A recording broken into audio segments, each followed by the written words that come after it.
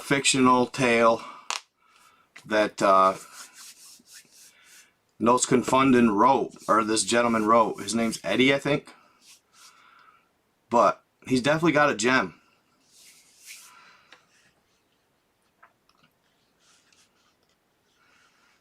Let's see what we got going on here. Let's see, go live. Let's see if it'll actually... I don't know why I can never get Instagram's stream to work. Do not know why. Oh well. Alright. You try it like that. Nope, unable to connect. Interesting. Okay, so how's everybody doing tonight? How y'all doing? I know this is kind of random and late. It's kind of random and late, but I was up and I figured, why not? Right? So, y'all, this Nos Confunden, right? This gentleman, I just purchased this map you see here. Well, my TikTokers see a different view. You're actually more zoomed into supposedly the known lands, okay? But you on Facebook and YouTube, this is the full map of our said, I mean, I don't know what you call it, realm? I don't know. It's very intriguing nonetheless. Really, really cool, the map. This map is like, you know, of course, it's based on his book. He wrote a book that was labeled as fiction. So, it is a fictional tale. Nevertheless, an intriguing tale. Okay? An intriguing tale, nevertheless. And it's honestly, so check this out. Alright? This is how cool this story was, right? So, I'm sitting here and I'm looking at this map. I bought it today. It was $14 for the digital copy. Okay? And I was like, God, you know, this is elaborate. Is it not? What an elaborate piece of artwork here. And what a creative mind to come up with such a unique piece, or a unique theory, theme, even if it is like, if it is, he labeled it as fiction, okay? So I'm like kind of just taken aback by this whole thing, and I can't help but think, where did he source it, right? What is the source of his work here at the end of the day? I mean, I just find it, dude, as a creator, I know, and you guys can hear me all good and everything, okay? As a creator, I just know for a fact that you source this. You didn't just make it up on your own. I just feel that way. There was there's a source of something somewhere from some way somehow. All right. There's just nobody out there, I just feel, that could just come up with such an elaborate theory, I guess. Right? So nevertheless, I looked and actually checked it out closely here, and this is actually cool, guys, for you guys on Facebook and YouTube. I'm gonna be able to zoom in and check stuff out with you guys, and it's gonna be clear as a bell, which is really cool. Haven't had that before with this map. Okay, so I look here and I look down on the corner of the digital download I have here, and I'm like, oh, he's got his sources for the maps right there. El navegante que cruzó las murallas de Hilo. Okay? So, it's a book. I look it up. I find it on Amazon. The Kindle version is free. Alright, well, what can it hurt? So I download it, and I search high and low, you guys. There is no English copy. There's no English version of this book. Not one you can find. If you find it, I will give you $100 for it. Because it's gone. It's not there. There's no English version of the source book he used to apparently depict said map. Okay? So I download it regardless. Hey, is this you? Are you here, bro? Is this who said that? Hold on, who said that? Damn, I can't scroll my chat. Who said that? Kyle, Quinn. Oh, what up, Quinn? Good to see you, brother. Good to see you. Yes, no, this is the full version of the Tierran, or what do they call it? Tierra de whatever, Outlands, whatever you want to call it. Okay, so I take and I find this version of his source, and it's all Spanish. You guys, I couldn't help it. If he sourced this map from it, I had to know where it came from.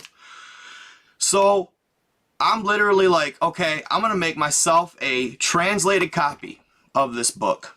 Alright, so I start copying and pasting that shit to Word. Boom, boom, translate, boom, boom, boom, boom, boom, translate. There's a cap on the amount of copy and paste you can do within the book for plagiarism purposes. Obviously, I'm not going to take it and copy and paste it, translate it, and try and push it. I was just doing it for myself. And I did look that up. That is not plagiarism, and that is not copyright infringement. As long as you're doing it for self, you can translate a book using Google Translator and keep it to yourself, as long as you aren't trying to sell it or whatever it is. Okay? So I start translating it, and it stops me. Then I'm like, okay, well, I'll try something else. I start copying and then translating to audio, and it works great. Okay? The only problem is I could only do half the page, so I'd have to right click, copy, translate, listen to the audio, then do the second half of the page, because it would only translate so many words, right? Y'all, the story in this book is absolutely insane. I've never ever imagined it. I'm not saying it's a work of fiction, but nevertheless, wow, I am mind blown. All right, I suggest any of you guys anyone who do any research within this, do the same thing I did. Get a copy, even though it's in Spanish, and try and get it to translate yourself.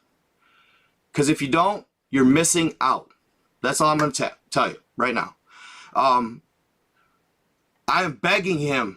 I've been talking to Nos Confunden. I've messaged him on Instagram. I've messaged him on Facebook. I've commented on his posts recent. I'm begging him to let me at least, because I think I'm not sure how his. I'm not trying to make any assumptions on his financial situation. Okay, but I am begging him to do a translated version. Because if he does, and he sells it, it's going to go big. It's going to go big. It's a great story. One of the craziest, coolest, most amazing stories I've read, or actually I listened to, and I'm not quite done. I'm at 90%. I don't know why I didn't finish it before this live. But it's one of the most amazing, cool, awesome stories that I've come across since I started creating. And that's not an exaggeration. Whether he wrote it or not and came up with it off the top of his head, I don't know.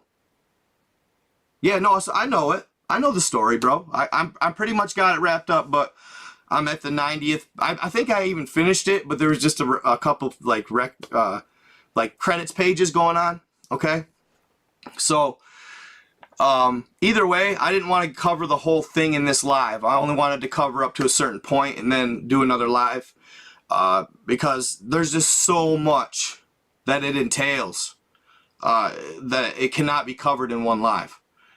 Okay? And I just want to kind of do like a, you know, and that way too, if I only do half of it, right? If I only do half of it, I'll zoom in on the book name here in a second. If I only do half of it, that way you guys can go out and you guys can download the digital version of the book and then translate it yourself. But I know that in his posts on Instagram, he's pushing to have people buy it, and it's like, bro, just translate it to English, please. If you do that, there's no telling. There's no telling, because it's just such a cool read, guys. So it's an amazing story. And here, I'll zoom in real quick. This is the name of the book, okay? The first one. There's 2 books, all right? He did 2 books. So how it works, guys, because I looked up copyright infringement and stuff like that, all right?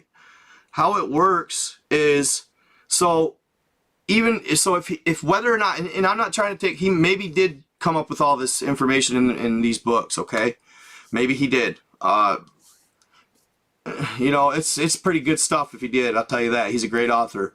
But if you find text that's old, if you find ancient text that is dated before copyright was even a thing, you can swipe that text up, copyright it, and sell it.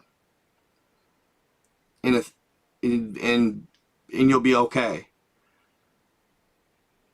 You can rewrite it and sell it. Crazy stuff. I didn't know that. I'm not saying that's what he did or nothing, but I've never been able to find a similar story, okay? So what if I told you, so yeah, real quick, guys. El Navegante, here, I'll tell you what. It's El Navegante, okay? For those of you that are wondering, it's El Navegante que cruzó las murallas de Helio. Like Helio, meaning heliocentric, meaning that we revolve around the sun. Alright? That's heliocentrism. But El Navegante que cruzó las murallas de Helio. Or Hilo. And then there's a next part, and I haven't gotten to that yet. I'm really excited to check it out. I can't, like I said, I can't stress enough how cool of a story it was, guys. Very interesting, fun stuff, like nothing I've ever come across in my life. Like, I wish I could just read it word for word to you guys. I do, but I think it could be considered touchy. I don't know why. I mean, it is a work of fiction. Nevertheless, maybe some people would read into it, and I'm not saying, you know, that it's, I don't know, you know what I mean? I just love the story, so that's where I'm at with it. I'm not going to present it as you know, it's a work of fiction, but it's cool, bro. So what if I told you that after the Revolutionary War,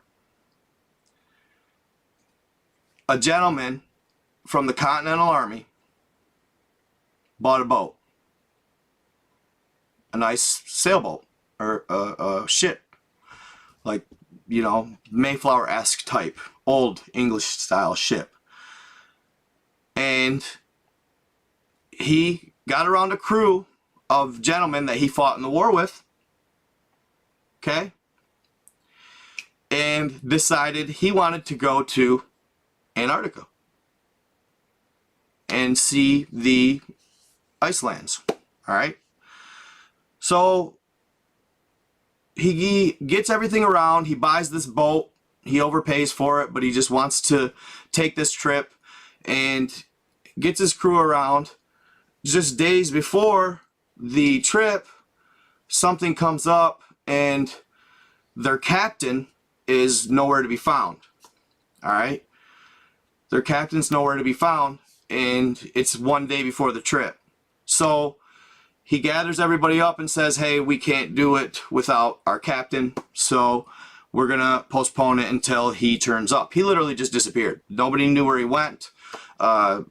Nobody had a clue what had happened to him. All right. Well, the day of the trip, it's I want to say it was November 14th is when they were supposed to take off. The day of the trip, the captain shows up out of the woodwork. He's got all kinds of maps and all kinds of crazy stuff that he had acquired, and basically said, well, you know, I was kind of off the radar. Just had to take a leave of absence for a second, guys. So sorry about that. But we are ready. Let's go. He had provisions. He had everything set up, and the mission was on. The trip was on. Okay, so they sail south from the east coast of the United States, because at that time it was just 13 colonies. Okay, so they sail south and they hit some ports in South America. They attest to how hot it is, and the captain kind of chuckles and says, enjoy it while you still can, more or less, because it's about to get cold, boys. So they continue further south and they hit the Antarctic continent.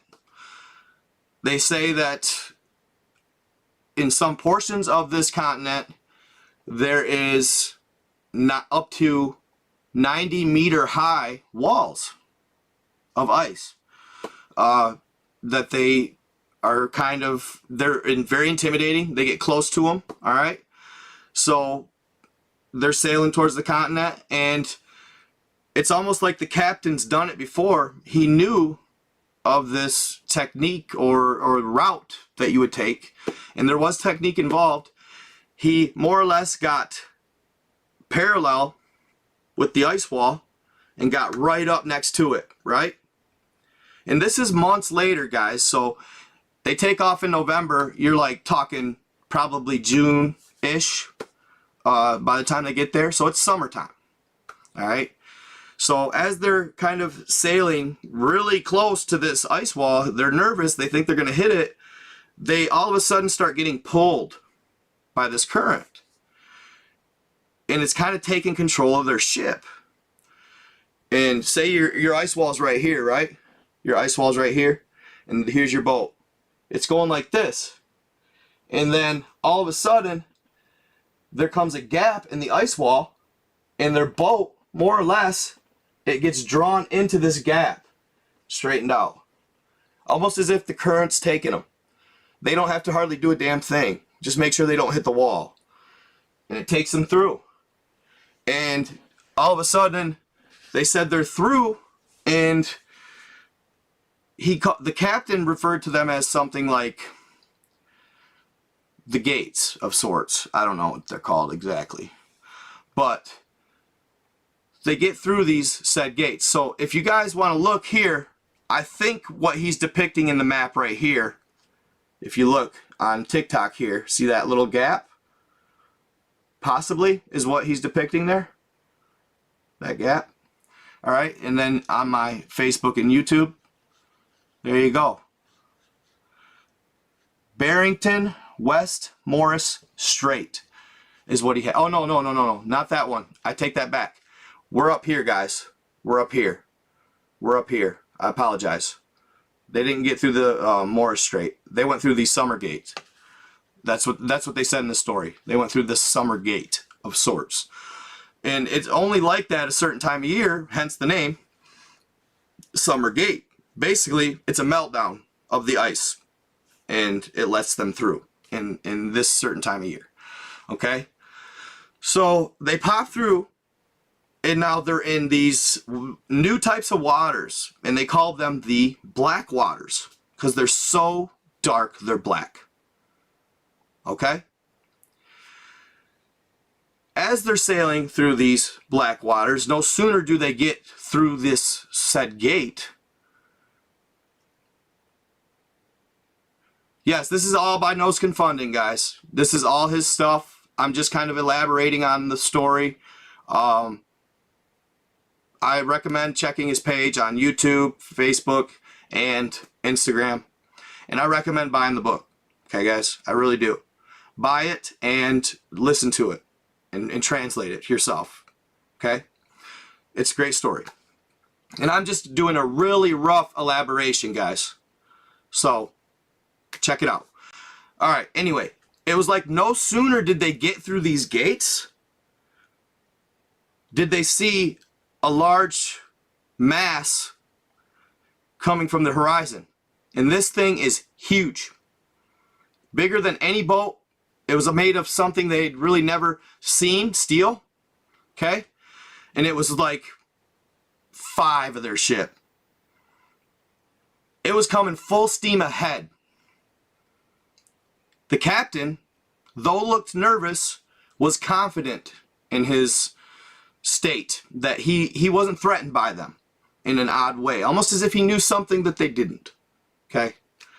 The rest of the crew is, of course, you know, they're scared to death. They think this thing's just going to ram them and just push them to the, plow them over and break their boat and sink them, and yeah. No, they pull up and they get on this loud horn, announce themselves, and say, hey, we're coming aboard. They had never heard a horn before. This is the 1700s now.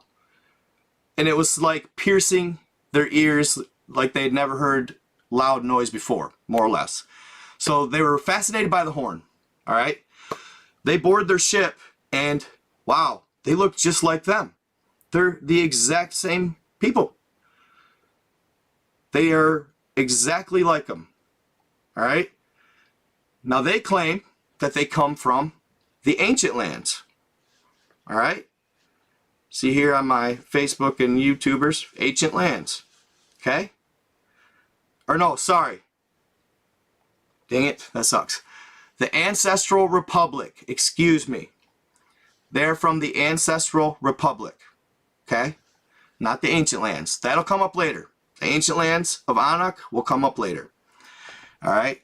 They are the Ancestral Republic. Okay? So, they basically give them a green light, and they kind of are dumbfounded because they claimed they had not seen anything like this in years. It's been years since people from they call them the known lands, which is Earth. Okay? These are the known lands. These are the known lands. Our Earth. Okay?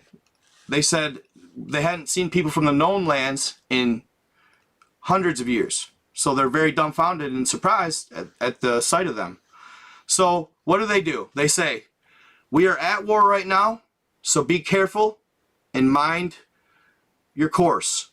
Here's a map. Okay? Here's a map. Am I froze? Oh. Am I good? I'm not froze, am I? I know I'm good on TikTok. Okay, so they hand them a map and say, follow this course.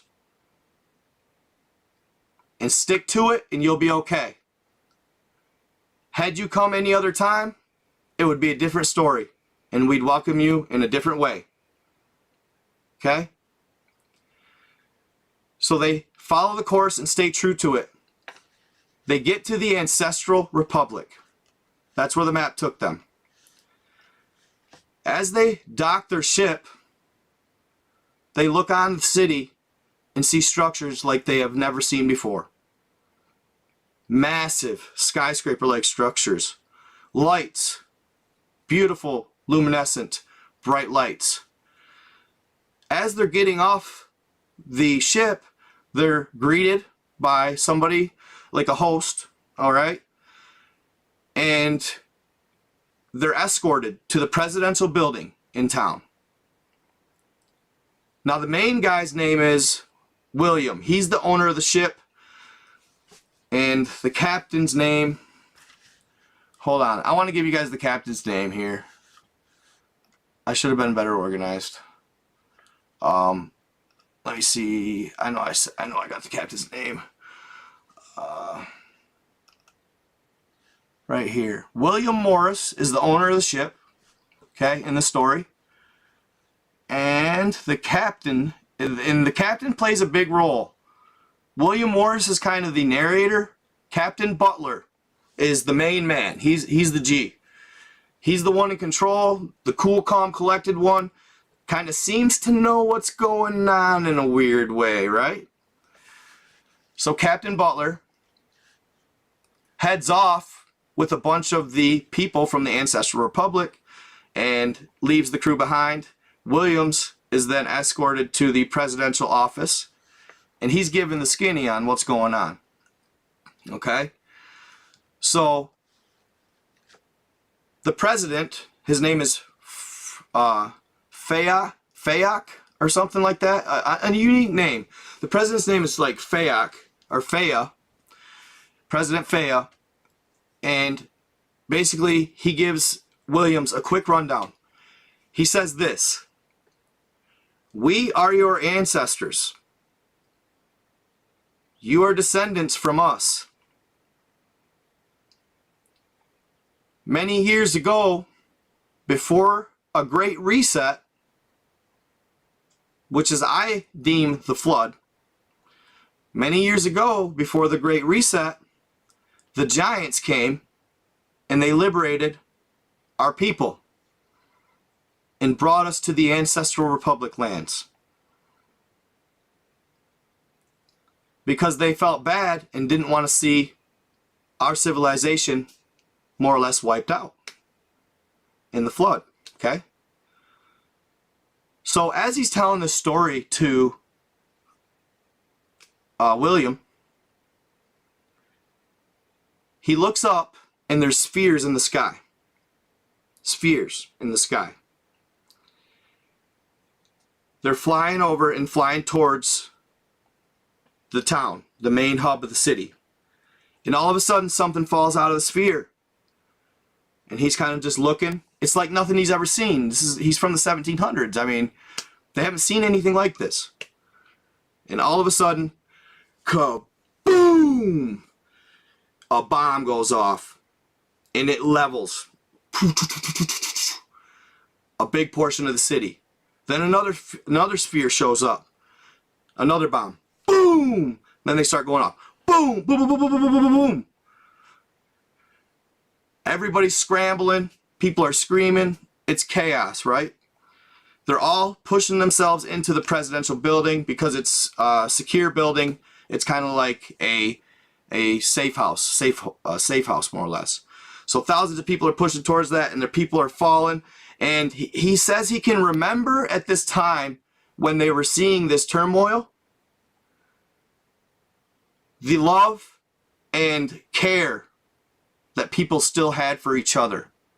They didn't lose that and go every man for himself mode.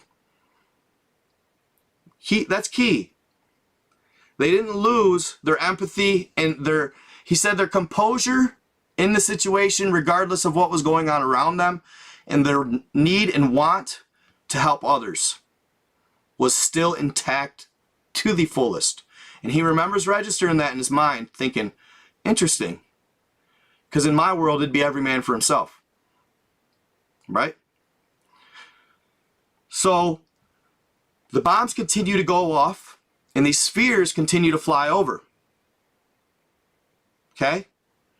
Then all of a sudden, these blue triangle type shaped craft start flying over. Faster than he's ever seen anything move in his life. And these blue triangle shaped craft, they start firing on the spheres. Shooting them down.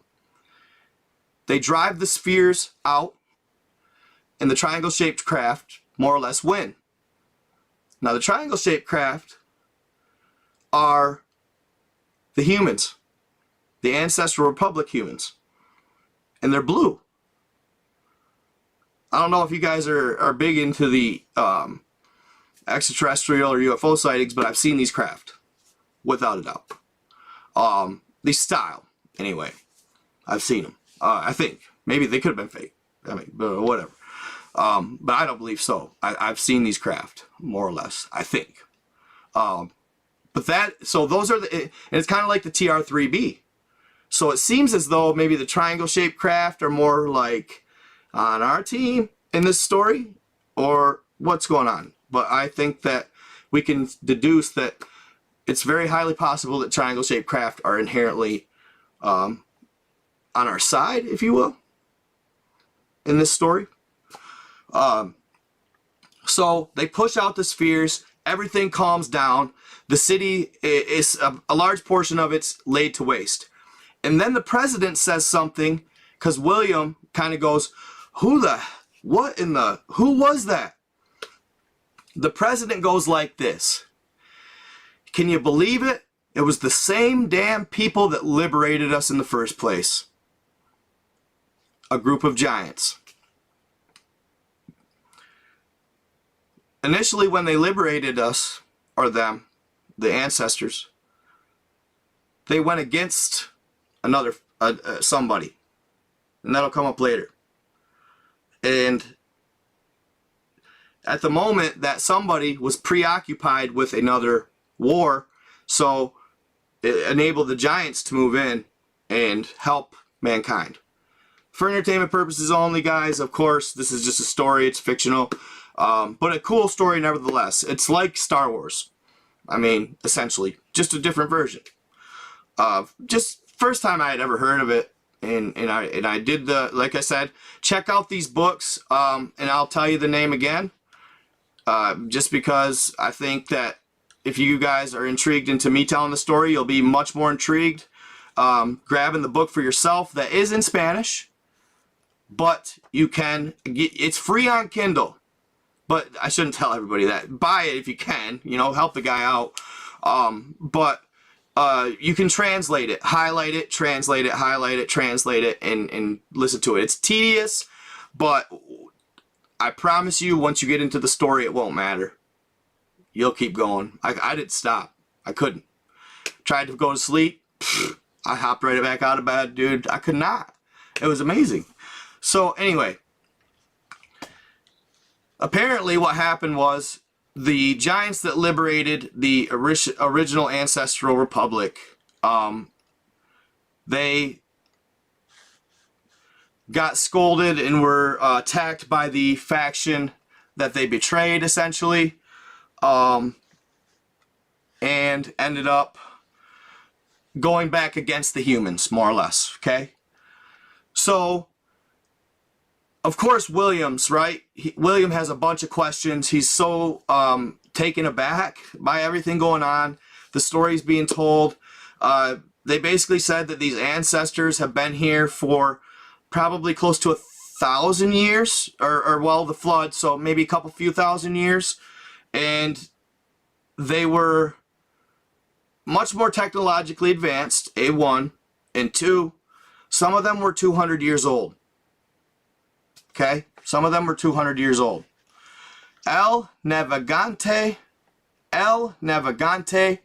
que cruzó, CR. So L-E-L, Navegante, N-A-V-E-G-A-N-T-E, K, Q-U-E, Cruzo, C-R-U-Z-O, Las Morales de Hilo. Morales de H-I-E-L-O. Search that up and you will find it. Okay, so he's taken aback. He's got 1,000 questions, and all the while Captain Butler seems to be somewhat intertwined with these people. Wink, wink. Even though he just fought in the Revolutionary War, was in the known lands, and a part of this crew. So he's working with the other, he's working with the natives, all right? The natives to the land, of course, the ancestral republic. And he's talking strategy with them. He tells William, get to bed, bro. You got to go take a nap. He's like, go to sleep for a while, get some rest, and we'll continue this at a later on date. There's too much going on right now. I'll explain later. Just go rest, all right? So he finds this room in the presidential building and lays down. Of course he can't sleep. I mean, come on, how could you sleep? So he can't sleep and kind of just lays there in his thoughts and tosses and turns, and it's just questions rolling through his mind like mad. to which he starts to kind of fade off, and then suddenly Captain Butler, with assertiveness, yells, "William, get out of bed. We gotta go now." All right. He gets up out of bed, springs up out of bed, and they head out of the building, and he describes it as this presidential building that once had thousands of people, now had nobody in the building, and there was his crew as he walked outside. The captain is in front of him, and he is power walking. I mean, he's more or less moving with quickness towards a destination, and Williams describes it as, the captain is so certain that his men are following suit, he never once looks back. He just gets it. All right?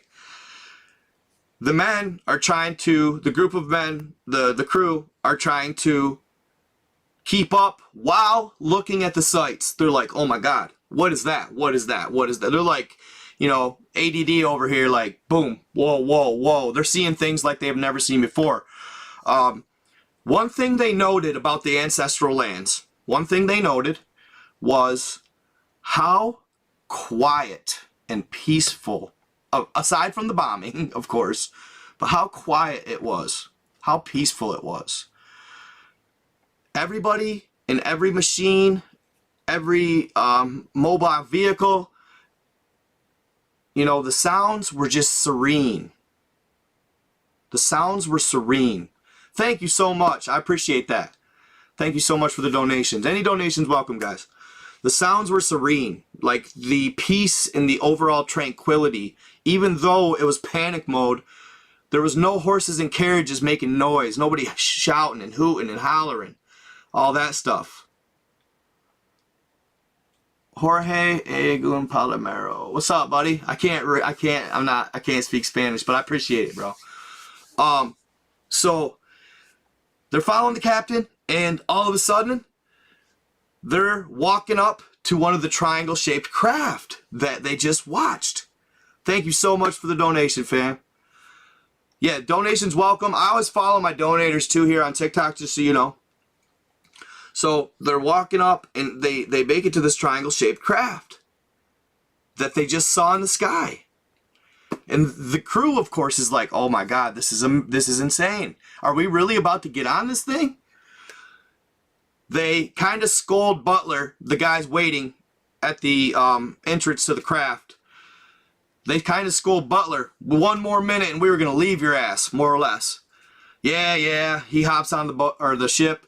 Then the rest of the crew hops on the ship, and the hatch closes, and they get ready, and it just floats up. And it's a hum. It's more like a hum. You know, it floats up, and the ancestral lands native looked at each other, and Butler kind of looked at each other and chuckled and said, okay, let's see how they do, more or less. They'll get acclimated, but it might take a second.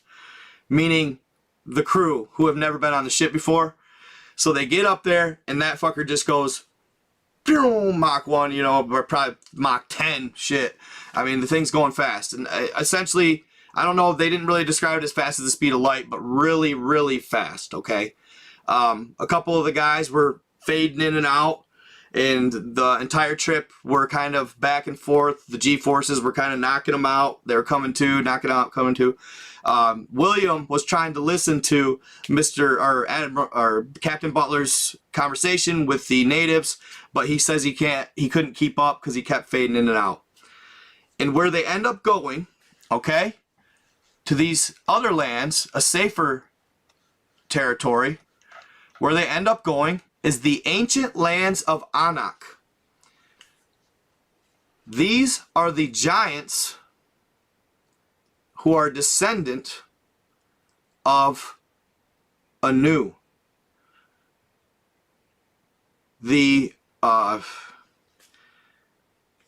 Oh my God, I'm brain farting. Anu, the Anunnaki. God dang, that's terrible. Sorry guys, I've been going hard, you guys. Like this, I did all this story in a day. So bear with me if I'm a little chattery sometimes, because I'm totally grabbing my brain and just piling information into it and trying to remember it all and make it flow right. This book was over 130 pages, okay? And I did it all in a day. But guys, I just could not share it. It's just such a cool story, okay? So they end up going to the ancient lands of Anak. These are the Anakim, okay? The giants known as Anakim.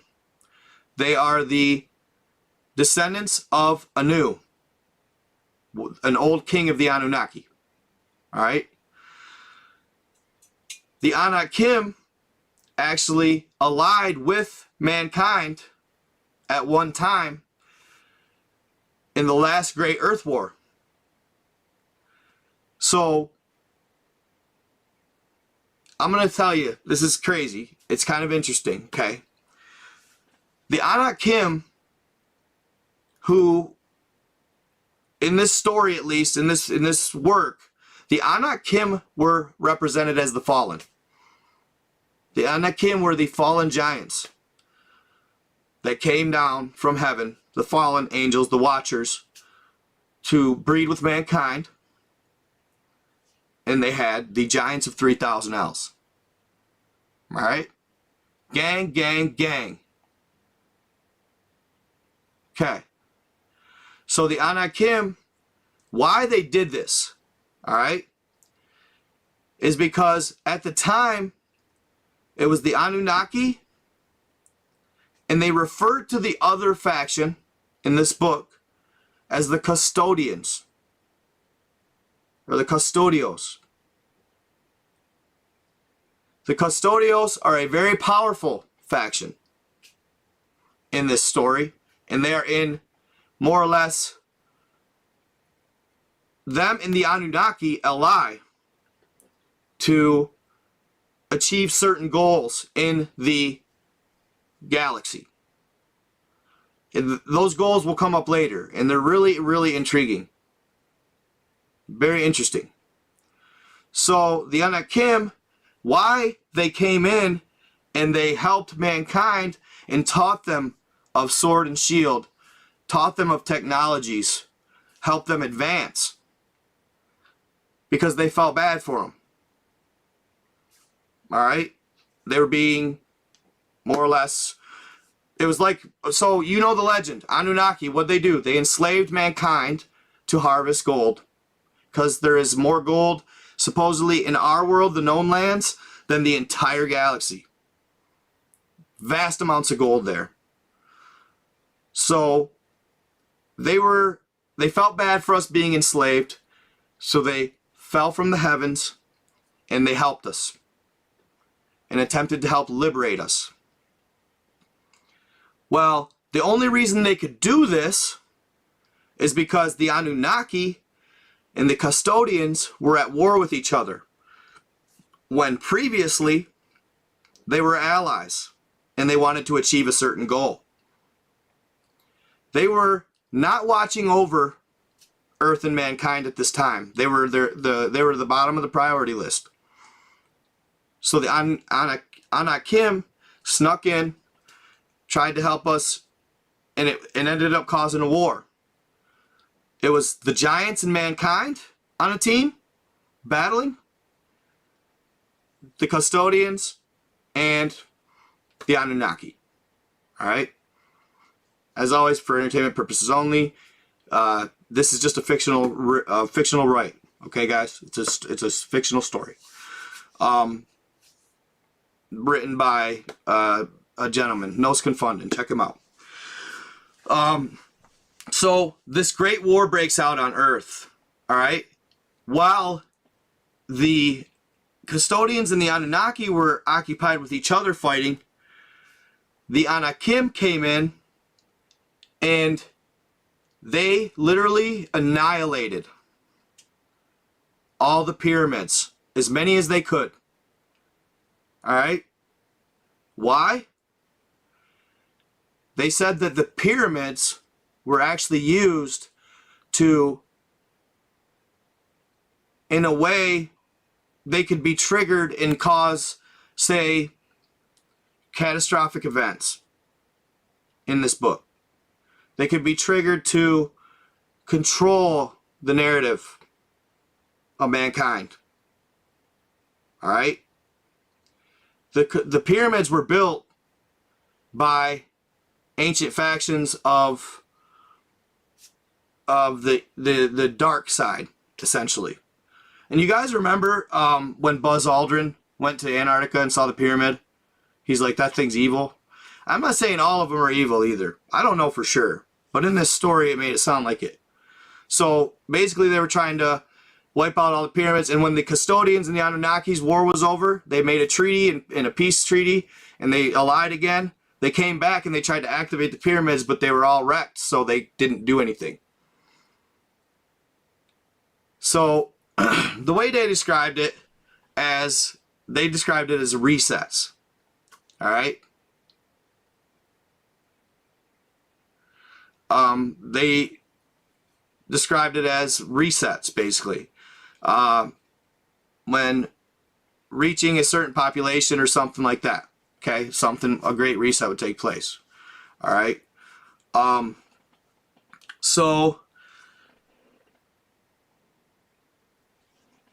they go to the ancient lands of the Anak, the Anakim. Okay. Yeah, they cut down all of our trees. Yes. They cut down all of our trees, and they pretty much just wiped the floor with the said giants, even the giants of 3,000 ells. They fought valiantly.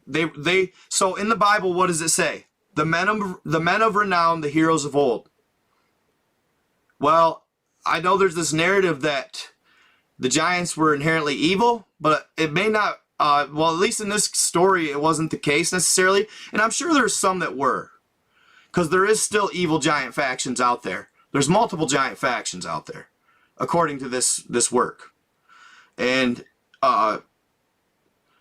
basically there was more of a there was more of an alliance with the giants than perceived. Essentially, that's what they're saying in this story. Which intrigued me. It intrigued me nonetheless. So, the Anunnaki plus the custodians. So here's my interpretation, you guys, of maybe what these custodians could possibly be in the story. Just it doesn't take a rocket scientist to question maybe what they could be. Possibly the ancient Draconian race, possibly, is my kind of guess. Possibly. The Anunnaki are also they're giants as well. But the Anunnaki are said to want the gold. They wanted all the gold because they want to liberate their land. Now check it out. Check out the Anunnaki lands. Check them out on this map. Here's Nibiru. Look at how dark Nibiru is. Look at all the lava. The lands are dead. We're essentially dead. And it looks like hot lava, hotness. Not anywhere I want to be. And maybe here's Planet X. Interesting. Planet X is different from Nibiru in this. All right. I had sometimes thought they were one and the same. But yeah, so that's why the Anunnaki wanted access to Earth. They wanted the gold. So in this story, right guys? In this story, another intriguing thing, okay? In this story, they claim, and they talk about this dome, all right? The alleged dome, okay? There's one around each of these lands, right? And then, on top of that, there is one ultimate dome in this story. Around the entirety of all the lands. There's 178 total. Okay? There's a dome. They call it they call it the first dome, and then they go second dome, third dome, you know, type shit like that. But they don't go like to the 178th dome, but like they call the known lands dome. There, you know, if you're a native to the land, they call it your second. You call it your second dome. But there's the first dome as well. So in the story, guys, this is what's intriguing. All right. So in this story, hold on, I like get my chat for YouTube and Facebook up. So in this story, the Anunnaki and the custodians, they have a thirst for power. They figure out how to basically penetrate every known dome in the within the major dome. So they basically figure out how to infiltrate every species that inhabits every dome or plot. They can pierce the dome, get in there, and they can wreak havoc and do what they do, steal the resources, go to war. They want to colonize as well. They're colonizers, okay? That's their goal. So they did this for thousands and thousands of years.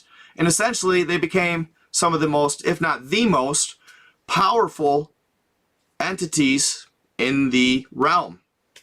Okay? Everybody feared them. Especially the custodians. Not just the Anunnaki, but especially the custodians. The custodians were the most feared. Alright? So they pretty much mastered getting into every dome except for one. Except for one. They could not figure out how to get into the, or pierce or get out of the massive first dome. And they believed that if they could get to the heavens. Alright? So for years they worked on this. And keep in mind that the custodians are lower vibrational beings as far as spirituality goes. Spirituality is key throughout the realm. I'm going to say it again. Spirituality and one with source is key throughout the realm. The Draconians are the custodians and the Anunnaki. That is their weakness. They are very, very little, if not at all, spiritual entities. Okay? Nevertheless, they're powerful. And they figure out how to actually break through the first dome, but the celestial beings outside of our dome saw this coming. So they prepared a defense for it. The first time they sent their own people through the dome, it crushed them to a pulp instantly. Crushed them to a pulp. Okay? They tried this time and time again and got the same results every time. So then they said, okay, well, if we can't do it, maybe this being can. Maybe that being can. Maybe that being can. And they basically stopped running tests on their own and started running tests on people they had captured, entities they had conquered. Basically used them as the guinea pigs, right? And they were getting closer and closer to piercing this dome and surviving. But nevertheless, it never worked. So finally, the Anunnaki created mankind, and they tried out mankind. Mankind did something different. Instead of being pulverized, one entity lit a fire, but instead of being pulverized, mankind died, but their essence continued through. Their spirit continued through. Meaning that we are one of the only beings, or that in this story, humanity is one of the only beings in the entire realm, if not the only one. I haven't figured that out quite yet. But the only beings, I'm pretty sure we are the only one, that have a true portion of the true source energy of the source God. We have a spark from the true source energy. One of the only beings in the galaxy, if not the only. after seeing this, that was the closest that they had been to successfully sending a being through the first dome and it surviving. Our essence and our soul, even after our body failed us, our soul continued through the dome to the heavenly realms. This really grabbed them. They thought, oh my God, these people have the actual source energy within their soul, within their essence. This is not only a crazy good thing for them, but it's a scary thing. Because they know that if it gets out of hand and we get too powerful, that our power may be unparalleled. Alright? Meaning that if we actually become, if in this story, if the humanity becomes spiritual beings, one with Mother Nature and one with Source, there's no telling the power that we could achieve in this story.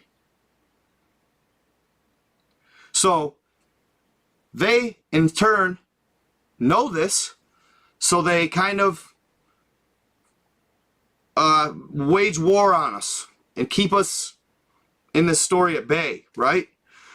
And they watch over Earth and mankind, and they essentially are some of them worshipped, some of the humanity worshipped them. You know, it's just one of those things. So anyway, I'm going to move to the ancestral, or the Anakim. So back to the Anakim lands, the lands of Anak. While there, they met the giants, and they got to intermingle with them. They didn't speak the same language, but there was one host giant, female, who was actually super beautiful, that could speak full English. So she was their translator, and she basically more or less kind of hosted them. And Captain Butler, he went and he asked the leader of the Anakim if they would help us and then they would ally with us in the fight against the Anunnaki and the custodians. And the Anakim said no at the time. They said no. But while there, okay, while there, if the sequence might be a little off from the book, so when you read it, if I'm a little off, forgive me.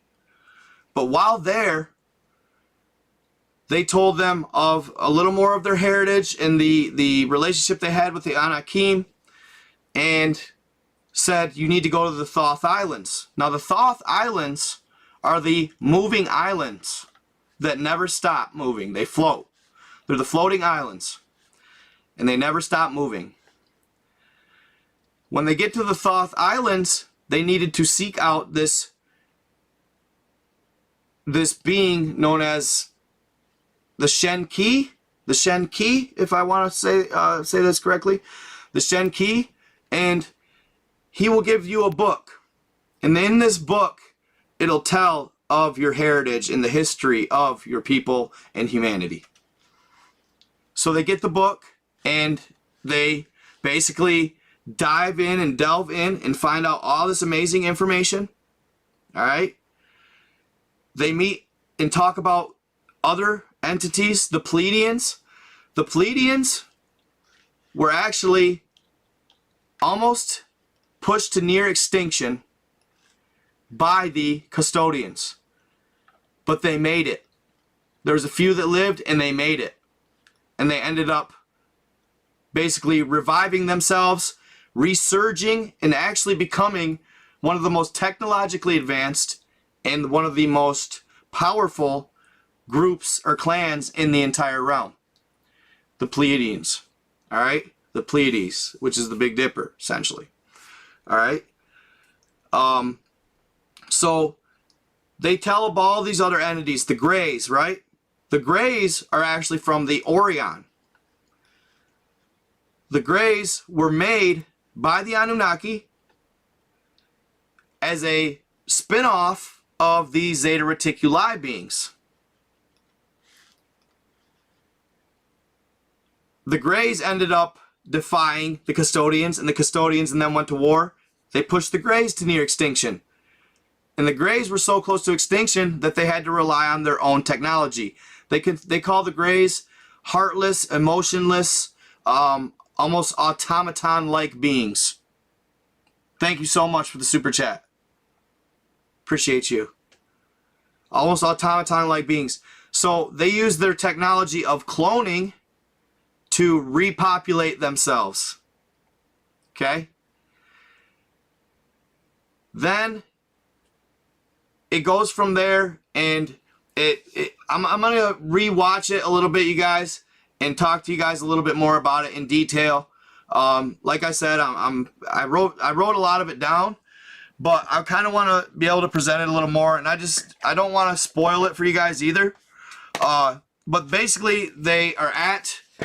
So it gets crazy, though. It gets crazy, but basically, what happens is, for the time being, the crew ends up staying in the Toth Islands for years, and they help build humanity's, their ancestral humanity's defenses, and they're getting, essentially they're getting ready to try and liberate the people of the known lands.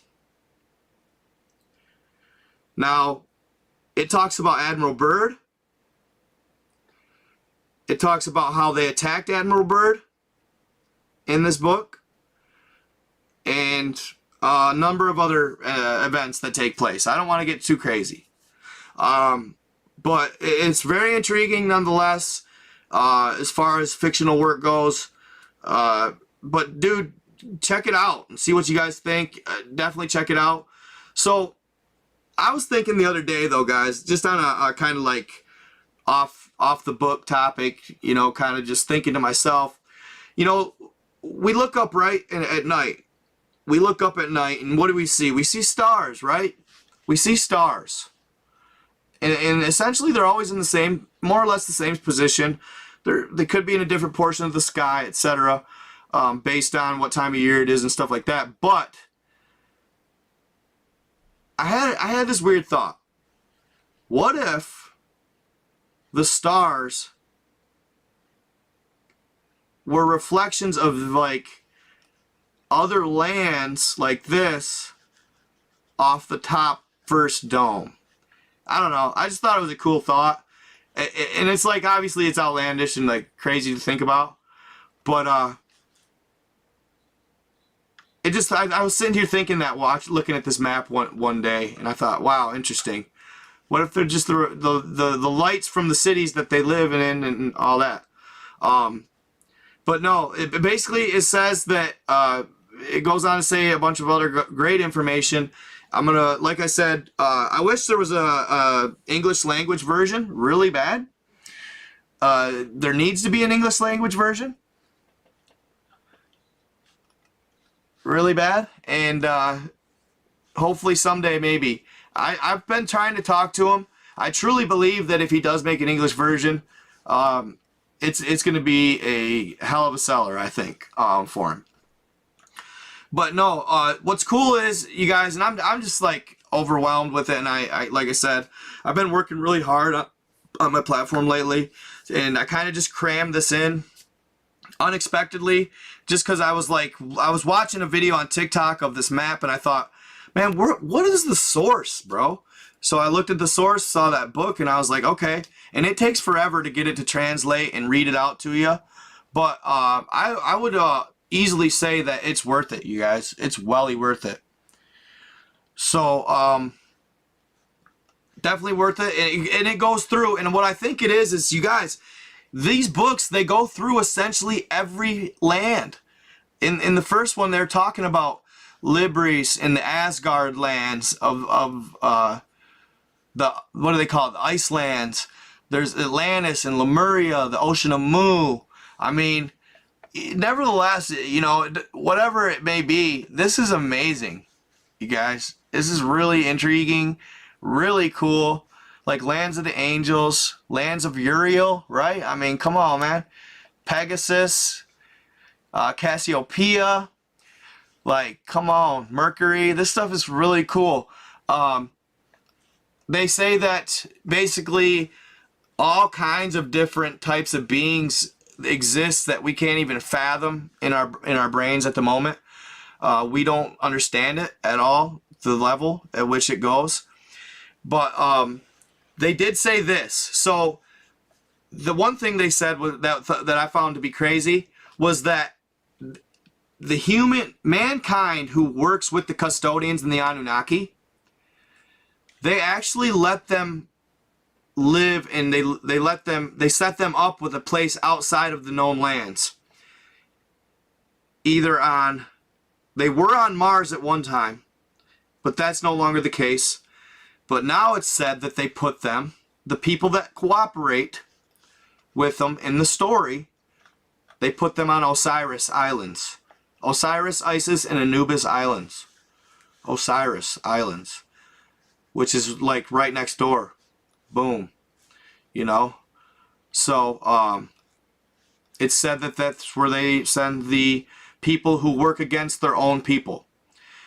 And in the story, they also say how the Ancestral Republic is in fear that when they do try to help the people of the known lands, they're in fear that they'll fight against them for the bad factions, not knowingly. Because if they're trying to help us and we attack them, the chances of them being able to help us are really low. So if we help them, you know, then it's one of those things, you know what I mean? We just got to be able to tell good from bad.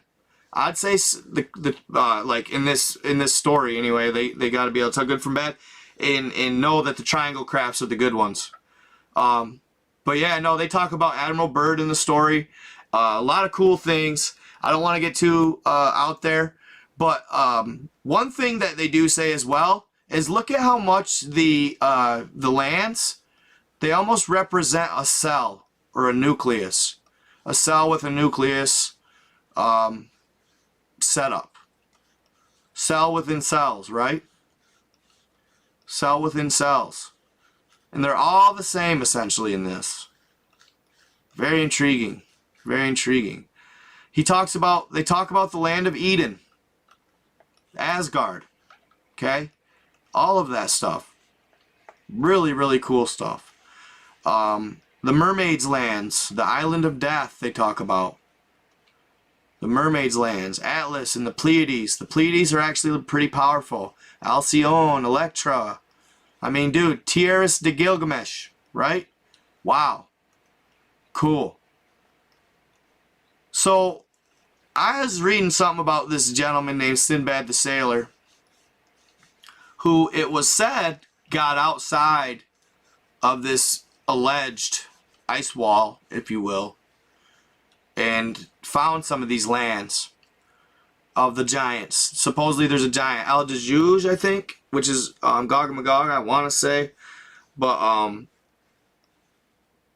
that is expected to eventually attack mankind, and then the coming of Christ will happen and he'll stomp him out, but he'll wreak havoc on earth for 40 days and 40 nights. Which is crazy. So, but yeah, no, definitely worth reading, guys. Definitely worth buying. Even just go help the guy out. Buy a map. I wish I could talk to him. I wish I could get him to open up to me a little bit and talk to me about where he found the sources and like. So I like on God, like. I was thinking in my head, I'm like, bro, like, at the end of the day, if you came up with this yourself, you're straight up E.T. Like, you're an alien, bro. Like, you know what I mean? If you came up with this yourself, dude, he's an alien or something. Like, I swear to God, no. I'm just teasing, but still, you know, like, God, this is elaborate stuff. And you can see, like, the shapes and lands of the Draco, Abyssal Ocean. So I would check him out. go buy the map. This map is only like $14. All right, pretty cheap. There's another one that's just the homelands or the known lands as well. Those are like $7.99 at the end of the day. How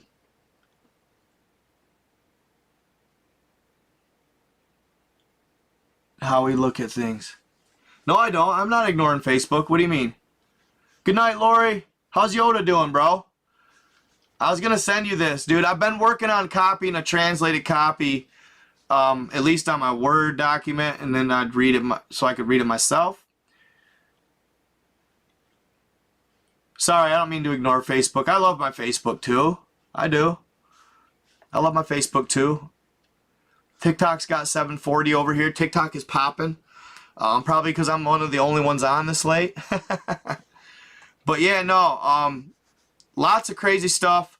Lots of cool stories. I just I want to re-watch it, or at least kind of re-study it so I can give you guys a little more accurate information. And I just want to be careful too.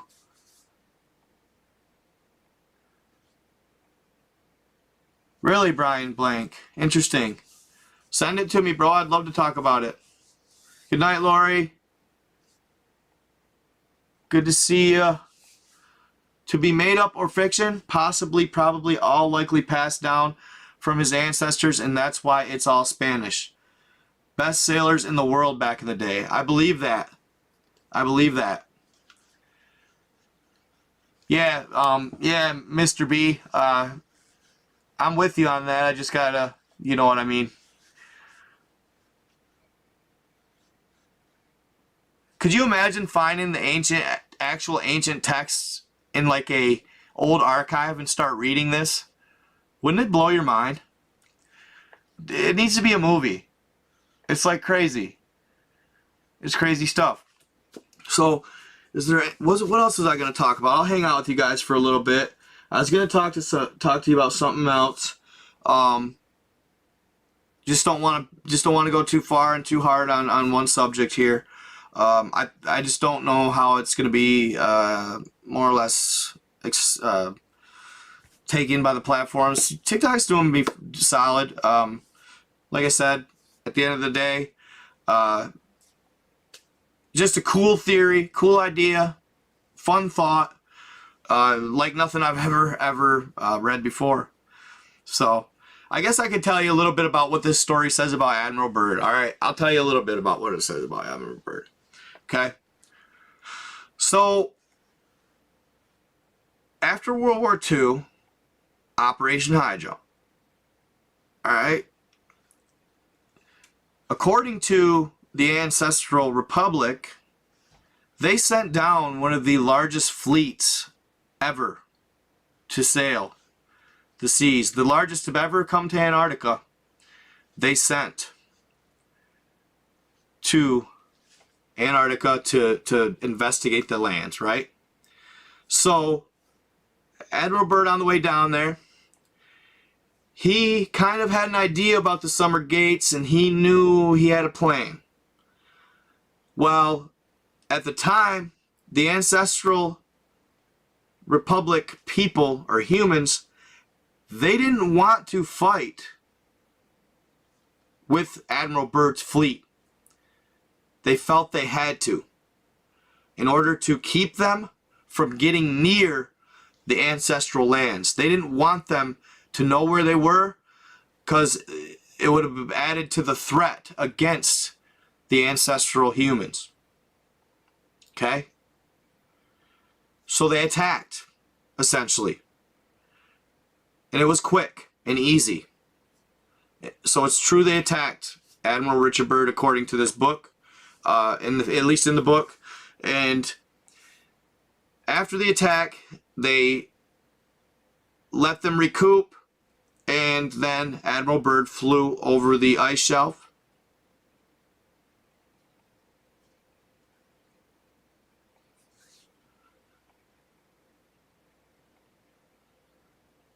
Flew over the ice shelf, and So he flew over the ice shelf, right? And he found inner Earth, essentially. Did you hear that, bro? Yoda, you hear that shit? What was it, my guy? Did you hear that? Was I dreaming?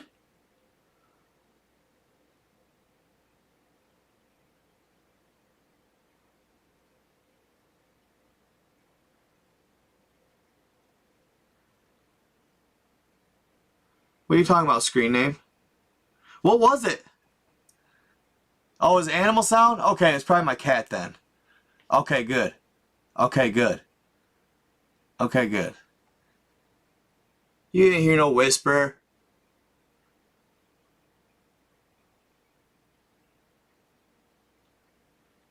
So, you just never know, man. It wasn't a cat? What was it, bro? What did it sound like, Yoda? Be real.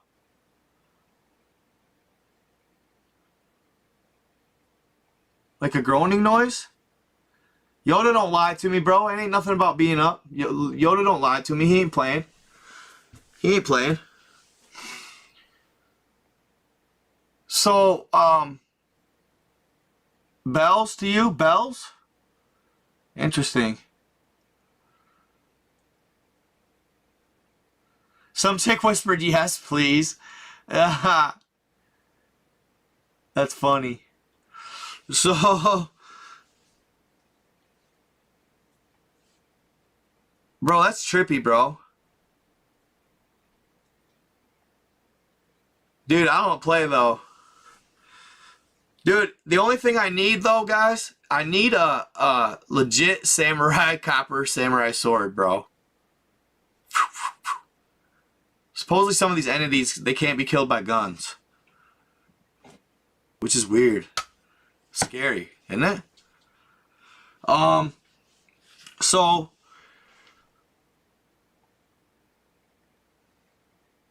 Admiral Byrd, he flies over the Antarctic lands.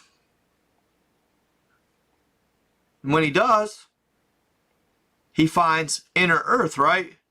I'm not so sure about that at this time, though. I know, I wish I could. Dude, lightsaber would be epic. Lightsaber would be epic. No, bro. Baked out of his mind. Googled a random thing. You're funny, bro. No, I've known about these maps for a minute.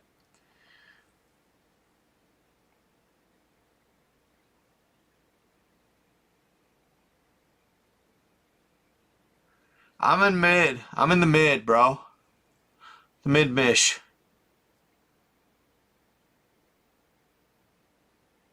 Once in a while, bro, like... And what's weird, I have an acre, right? I have an acre. And I'm at the very back of it. And behind me is just a wide open field.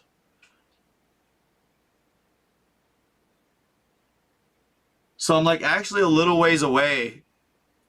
And like it's dark and kind of eerie. The property's got a lot of trees.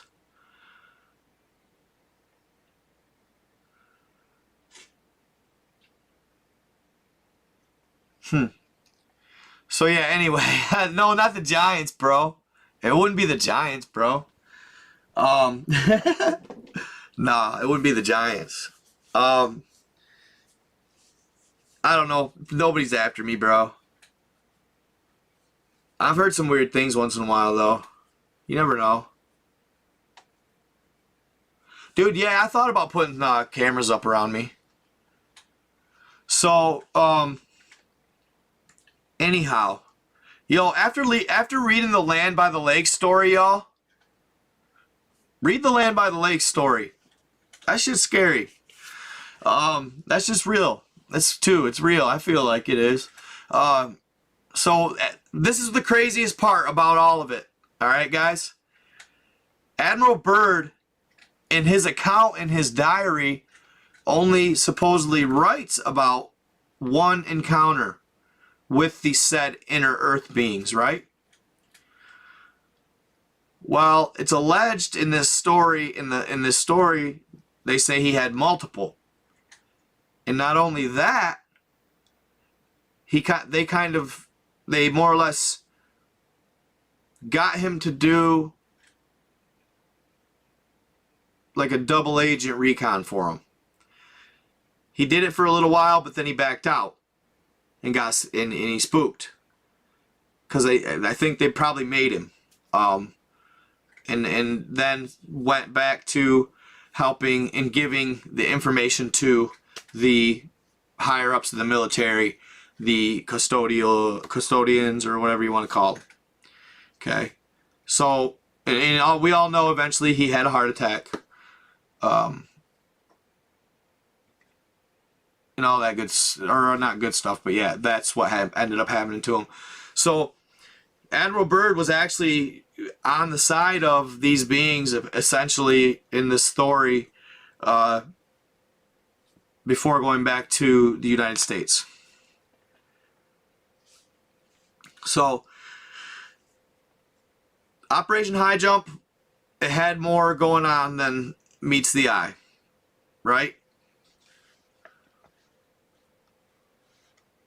Yeah, no, guys, Nos Confunden, right here. Here he is, right here. This is on my screen. And you guys right here behind me. It's Nos Confunden, C-O-N Funden. Easy stuff. Whoa, bro. I just saw this stuff. The Dyatlov portal. The Dyatlov portal. That's interesting. Really interesting. I've never ever heard that. The Dyatlov portal. Wow. Interesting. This is a really cool setup, guys. This is a neat map. It's really cool. It's very intriguing, nevertheless. So you see the abyssal ocean right here? The abyssal ocean. Look at how much bluer it is than, say, our oceans. Essentially what that means to me is they're deeper. Hence the name abyssal ocean, right? So what if once in a while creatures, like large creatures from the abyssal ocean, they come into the known lands to feed, hibernate, breed, etc.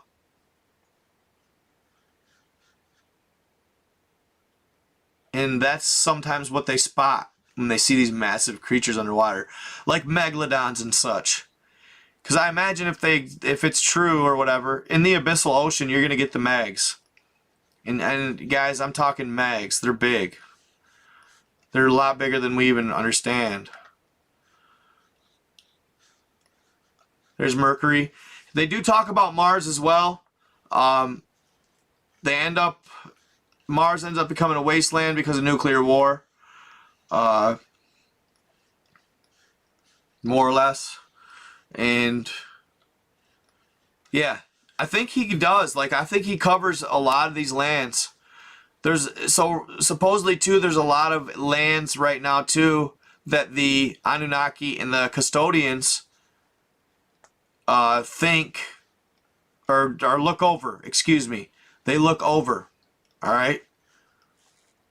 So a lot of these entities out here have never had any contact with the evil evil factions out here.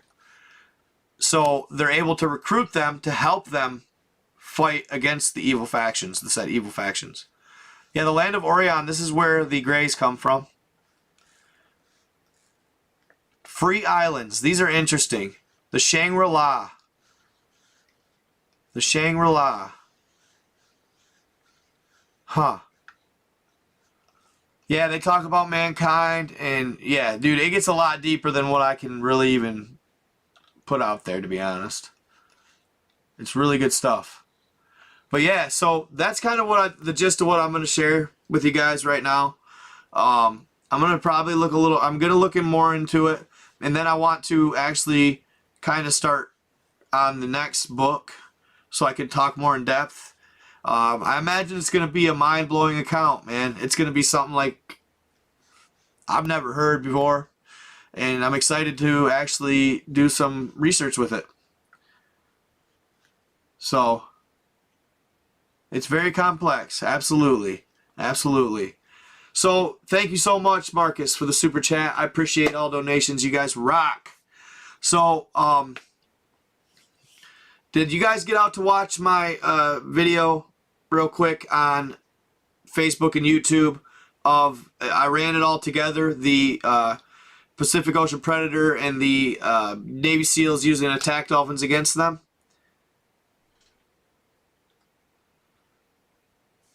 If you guys haven't checked it out, go check it out. It's awesome. Huh. Yeah, go check it out. I think you guys will like that story. I was going to kind of talk a little bit about something like this. I was going to kind of maybe try and tell the story in a way. I feel like it'd make for good content anyway. I feel like it'd make for good content if I kind of, you know, organized it a little better and didn't try to just freelance everything off the top of my head. So, yeah. It's crazy, guys, though. I really recommend it. Truly, it just gave me a whole nother perspective, really, and it was really amazingly interesting perspective. It can be somewhat scary, so don't, you know, just it's. I'm pretty sure he more or less presents it as fiction. Yes, Lily. Yes. It's a fine line, guys, so when I say stuff, just understand where I'm at, you know? But yeah, so just very cool stories, worth a read, for sure. The big-ass creature those fishermen caught swimming by those icebergs. When? I know there's a lot going on right now. Giants are attacking more often. The evil faction of giants. It's wild stuff. There's a lot more. The veil's thinning. You guys, and have you guys, so, okay, let's talk about Project Looking Glass. Have you guys heard of that? Project Looking Glass? That was really interesting, to say the least. Project Looking Glass.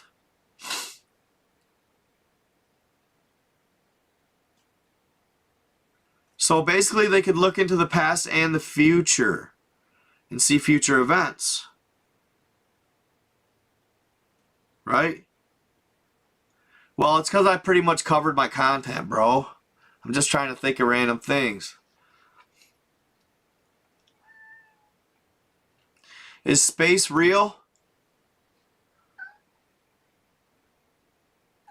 I am leaning towards a big maybe. I'm not saying the Earth's flat. Did I say that? No, so basically Looking Glass, they read into future events, and there was this one on YouTube that blew my mind. It was talking about how we need to stop these certain events from happening, and if we don't, it'll screw over mankind, and there'll be like this reset, and like another war will take place. It runs deep, guys. So make sure you guys check this story out. This book I'm talking about here. Also, it talks about how there's... Alright, hold on. I'll let my cat out. You want out?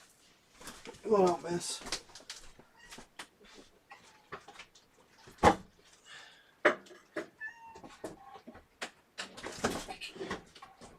Get out of there. Get.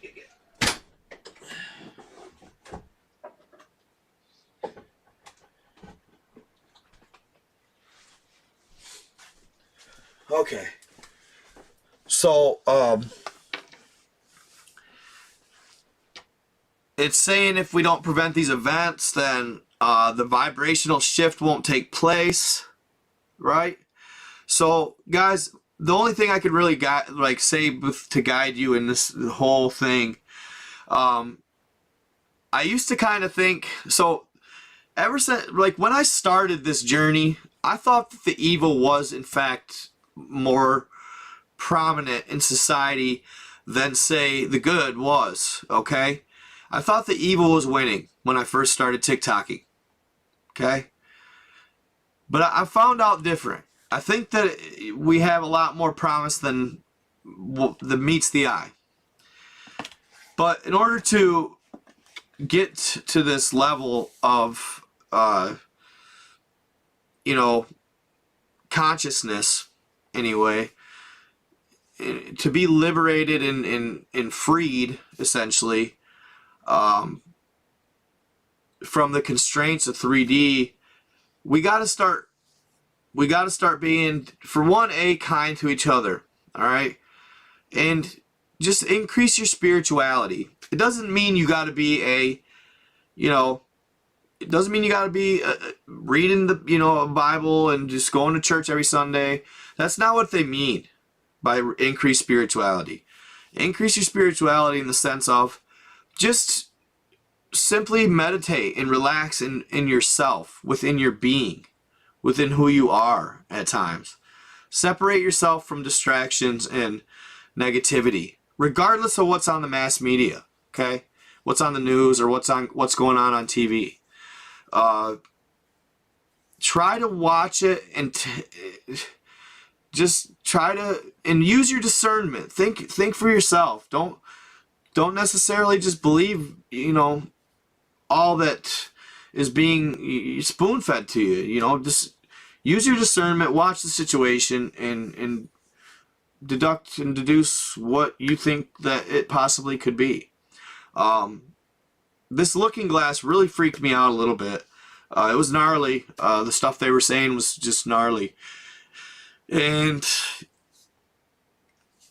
just be smart, be savvy.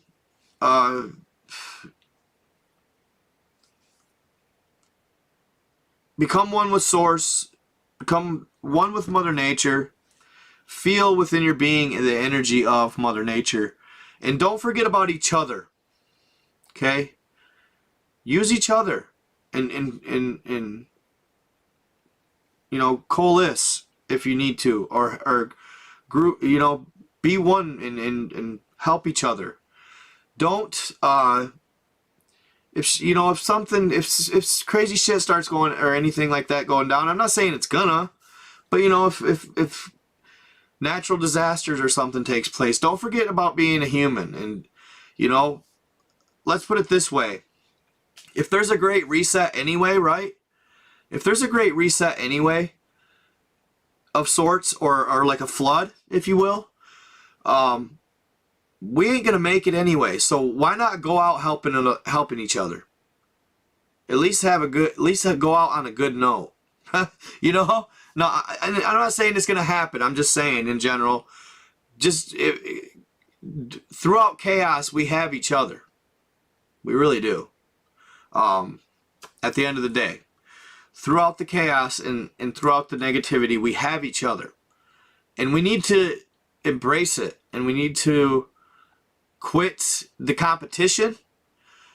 Quit letting money rule. Oh, this is a really good... I do want to send this message that I got from the book real quick. Okay? One thing they said about the ancestral beings. Okay? The ancestral beings said this. This was really good. This was in the book. Okay? Hold on here. Where is it? Will lead. Okay, they said this. In the ancestral lands, they have no image of self and no self-judgment.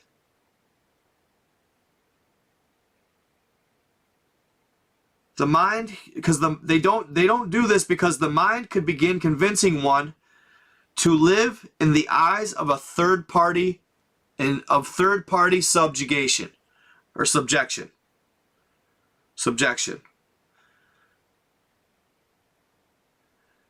Meaning, And it's funny because it's exactly how we live. How do we live as a mankind right now? We worry about self-image, and we care about the Joneses and what they think.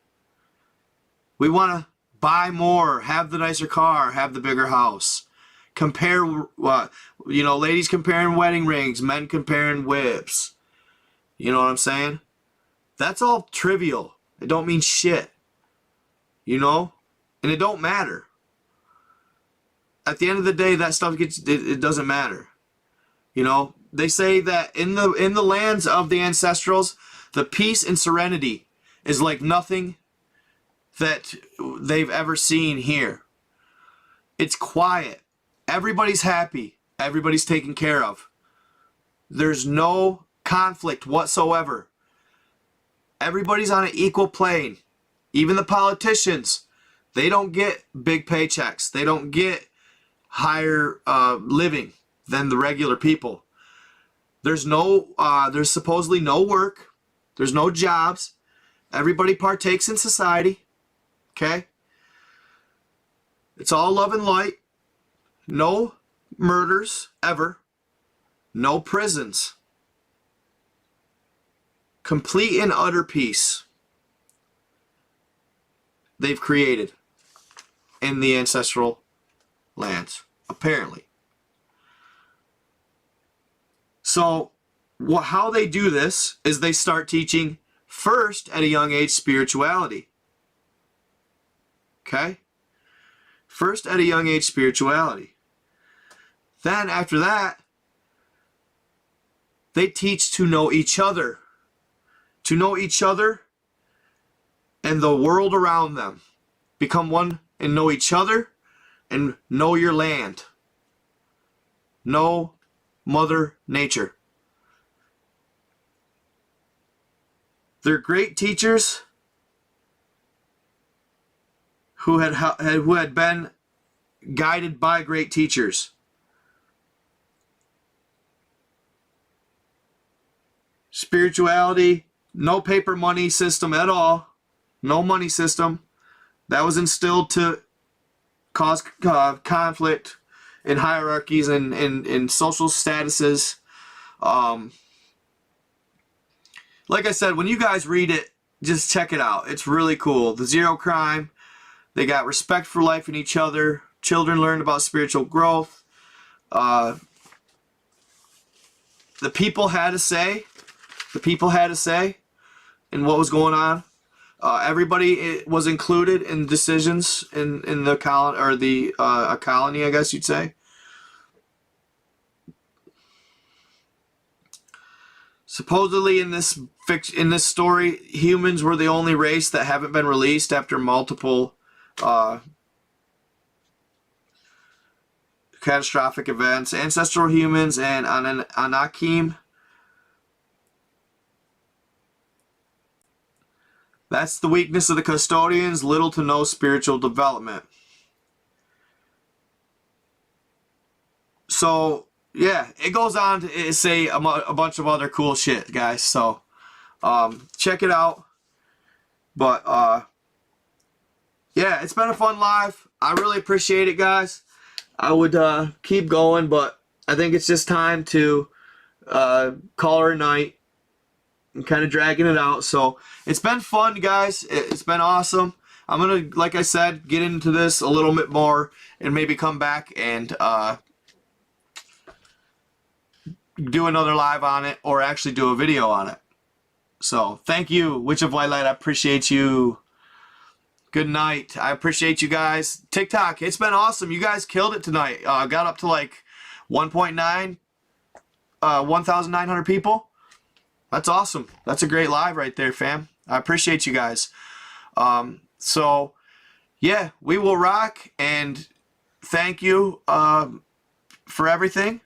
So the book is called, here, I think I can comment it. I thought I could.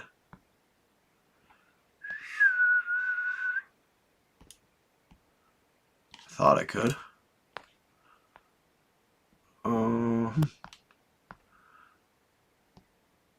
No.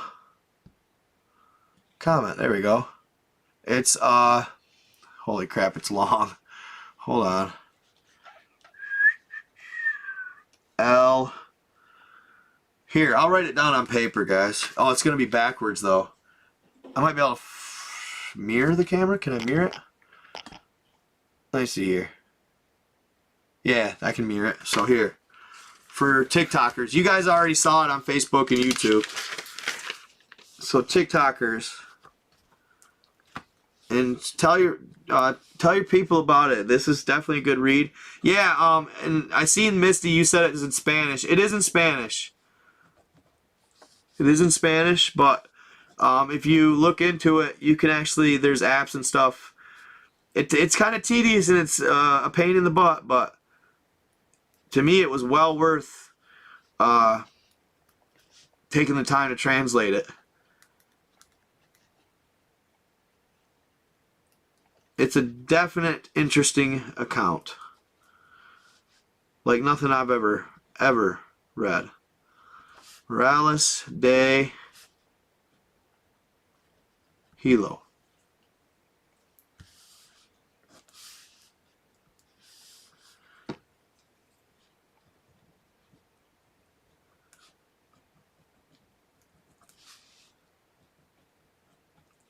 Alright. So I'm going to mirror it. Hold on.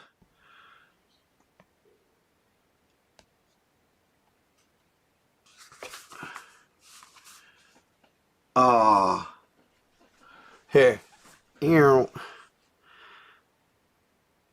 Take a screenshot, guys. Cruzo. Hold on. Maybe try it the other way. I don't know if that reads any better. Maybe it does for you guys. I don't know. Okay, Cruzo Las Morales de Helio. I'll do it both ways. Yeah, take a screenshot, guys. Take a screenshot. Bam. Cruzo Las Morales de Helio. There you go. Been fun, guys. Thanks, TikTok, for showing out. That's really cool. Been an awesome live with you guys. And as always, with my YouTubers and my Facebookers, you guys are always consistent and OG. So, appreciate y'all. And guys, definitely check this book out, alright? I am out. Love you guys. Stay with the light. Be kind to others. Rock out on life.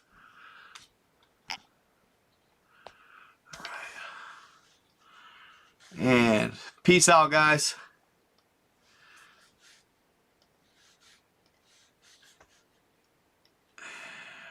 Pew. 342 in Night God or YouTube. Good stuff.